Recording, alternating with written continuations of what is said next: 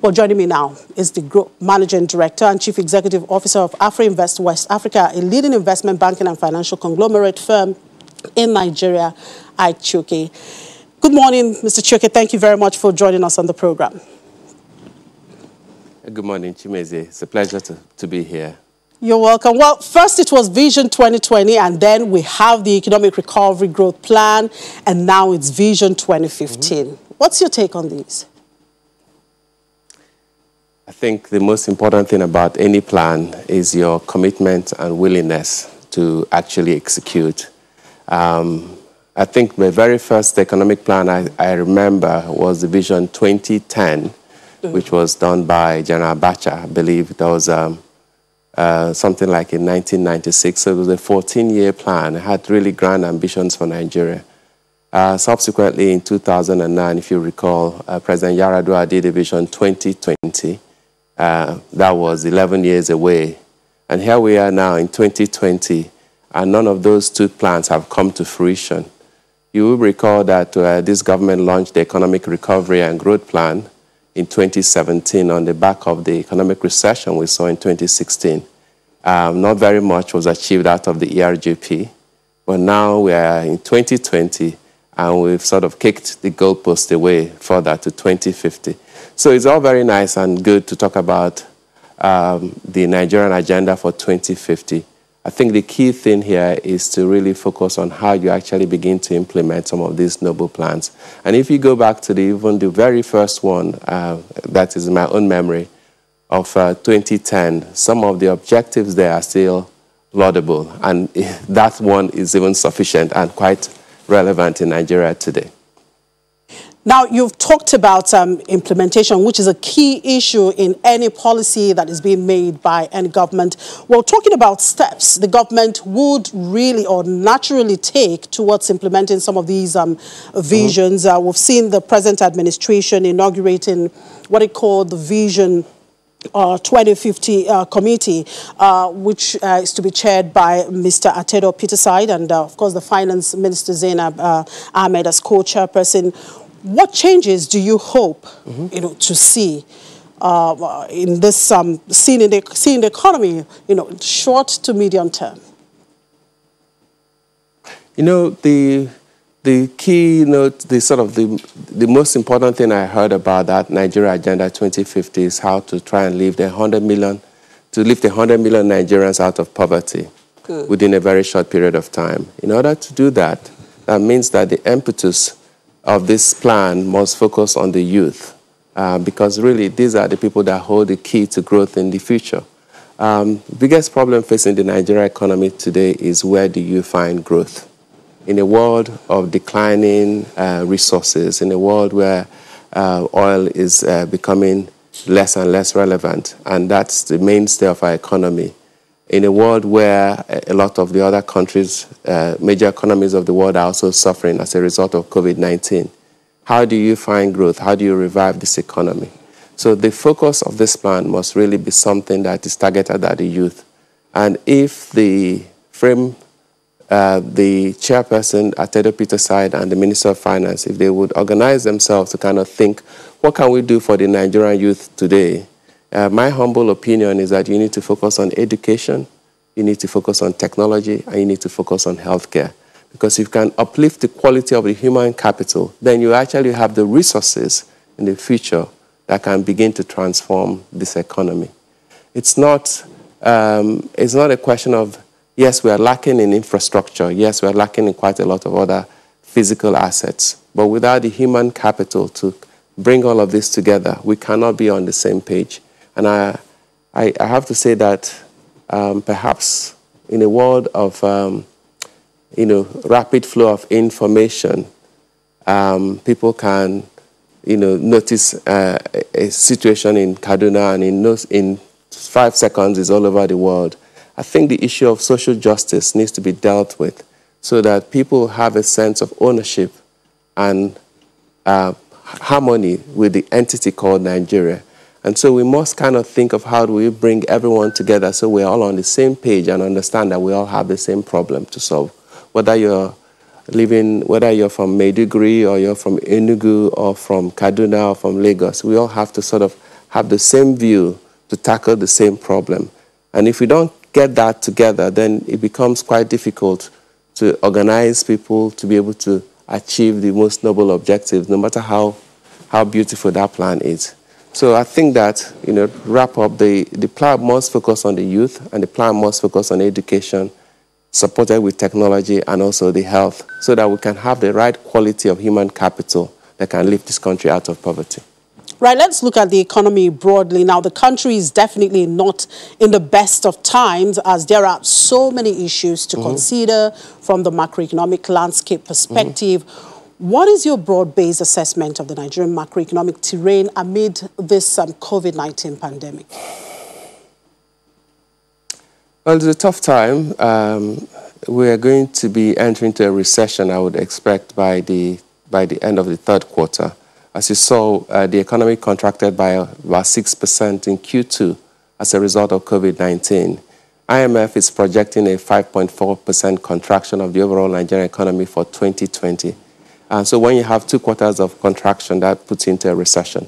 This will be the worst we've seen in a long while. The last recession, if you recall, was in 2016. The economy contracted by 1.6%. So a contraction of 5.4% is more than 3 times the effect we felt in 2016, which was pretty bad.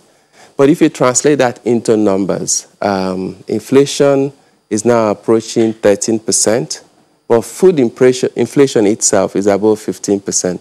That means for the average Nigerian, the cost of food has been rampaging up, and that makes it more difficult.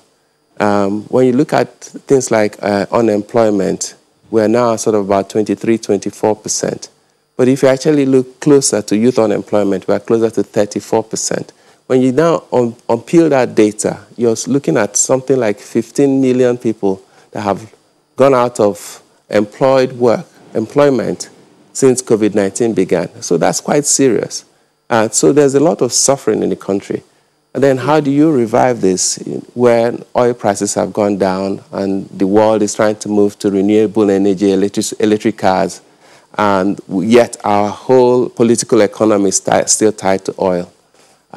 If you look at the statistics of the economy in 2016, you'll see that in a depressed economy, all the foreigners flee.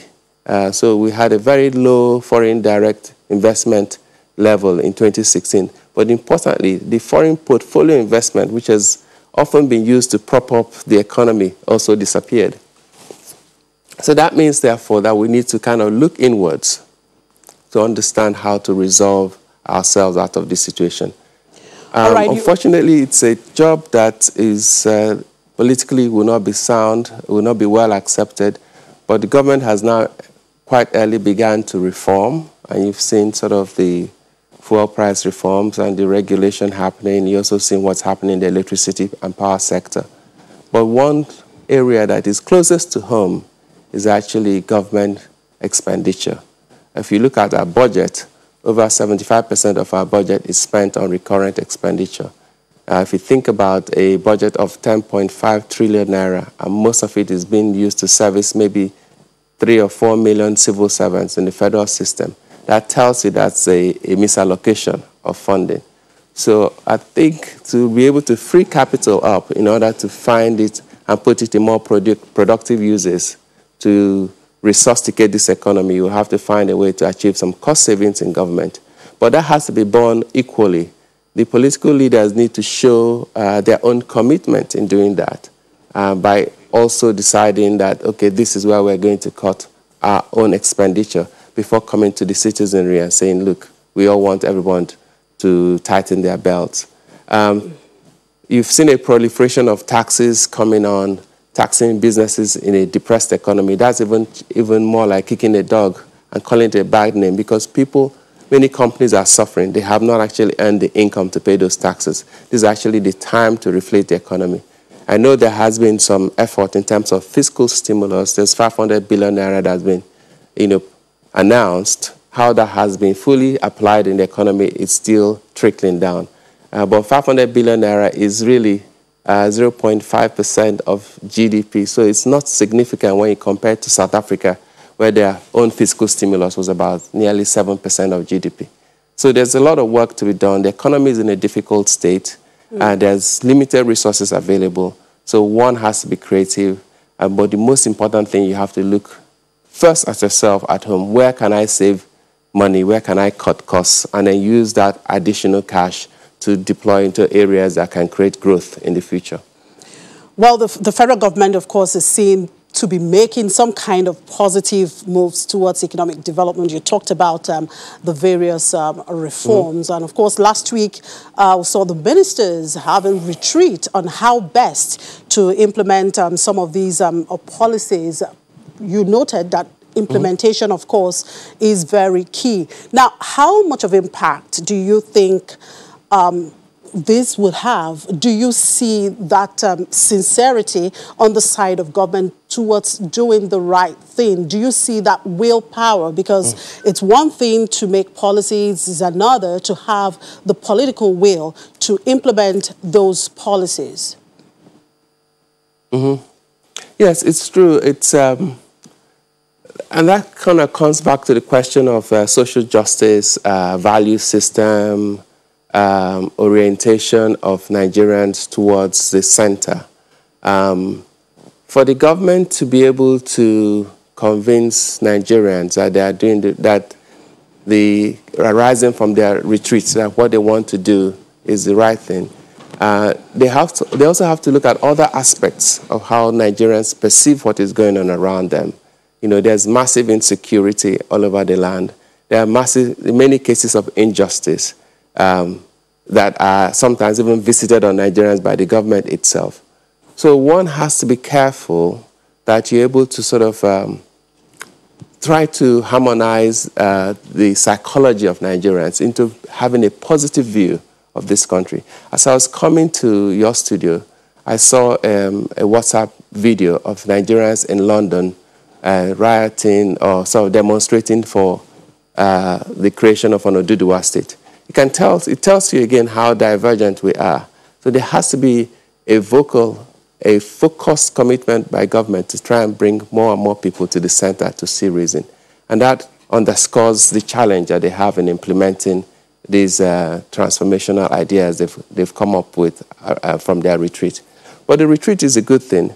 The most difficult part is the orchestra of running a government, because you have different systems running simultaneously. You've got the fiscal arrangements, you've got the monetary policy people, you've got, you know, health, education, security, justice. All of that has to be synchronized. That has been one of the biggest challenges for successive governments in Nigeria, to be able to synchronize their plans so that the bits that reinforce each other work together, and the bits that may negate each other are minimized as much as possible. Because if you then do that, then it is quite possible that with capacity of what you have in Nigeria, the people here, the talent, the education, that we definitely have the ability to, you know, get ourselves out of this mess.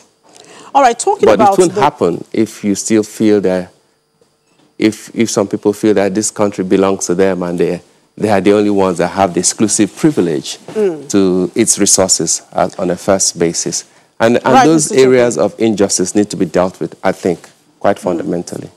All right, Mr. Chioke, talking about the vision, the new vision 2015, the aim, of course, is to bring 100 million of Nigerians out of poverty. AfriInvest is one of the firms that have contributed to macroeconomic discourse over the years, especially as it relates to some of these reforms that we are currently seeing in the electricity and the petroleum sector.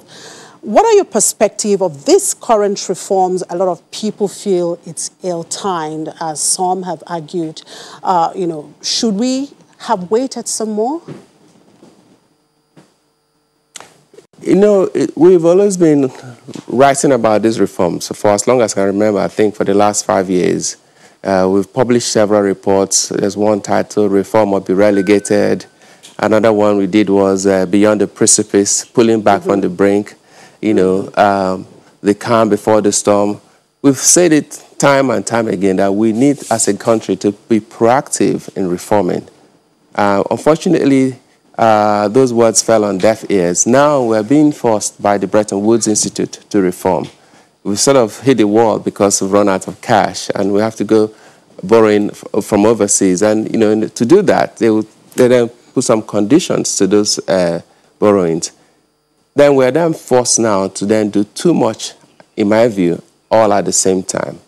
If you think of you're doing the petroleum reforms in the downstream sector so the prices can move, which is right, but then you also are doing that at the same time with the electricity reform so the prices are now going to be more cost reflective.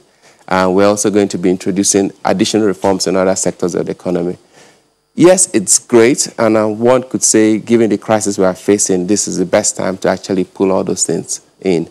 But we could also come into a situation where you can shock the economy, and we go into a long period of stagnation before we come out of growth. Because the key thing out of all of this is, where do you find the growth? It's all very well to do the reforms, but how do we get additional resources to invest in the places that can give us growth? And I think that the biggest asset in Nigeria is the people. And the most valuable of that is the young people who need to be educated and who need to be healthy. So how do we get resources to deploy into education and get these guys to be technologically savvy so they can become the human capital of the world? Nigeria has a huge opportunity today with all the remote working arrangements we've all introduced to set up a massive center for business process outsourcing so that Nigerians can sit here in this country and be working for many global companies around the world. And the way to do that is simple. Telecommunications, we already have it. We can do more. Get fiber across all the major city centers in the country. Get people to be properly trained as software programmers. We train a lot of lawyers and accountants. From here, they can start earning salaries while working for companies abroad. Right. We can certainly do that. We can do a whole lot more in attracting foreign direct investment. For far too long, we've sort of paid lip service to it. Once upon a time, this country would do easily $7 to $10 billion of foreign direct investment. In the last 5 years, we've averaged about $1 billion or less.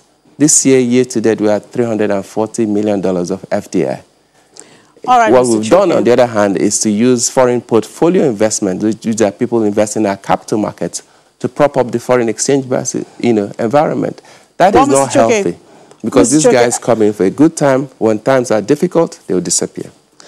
Wow. And that's the challenge we're faced with today. Yes, I wish we have more time to dwell on these issues. But keywords there: education, technology, health, are very important to push this economy forward. Yeah. Thank you very much for your time. Chioke is the Chief Executive Officer of Afri Invest West Africa. Thank you very much for your time. Thank you very much.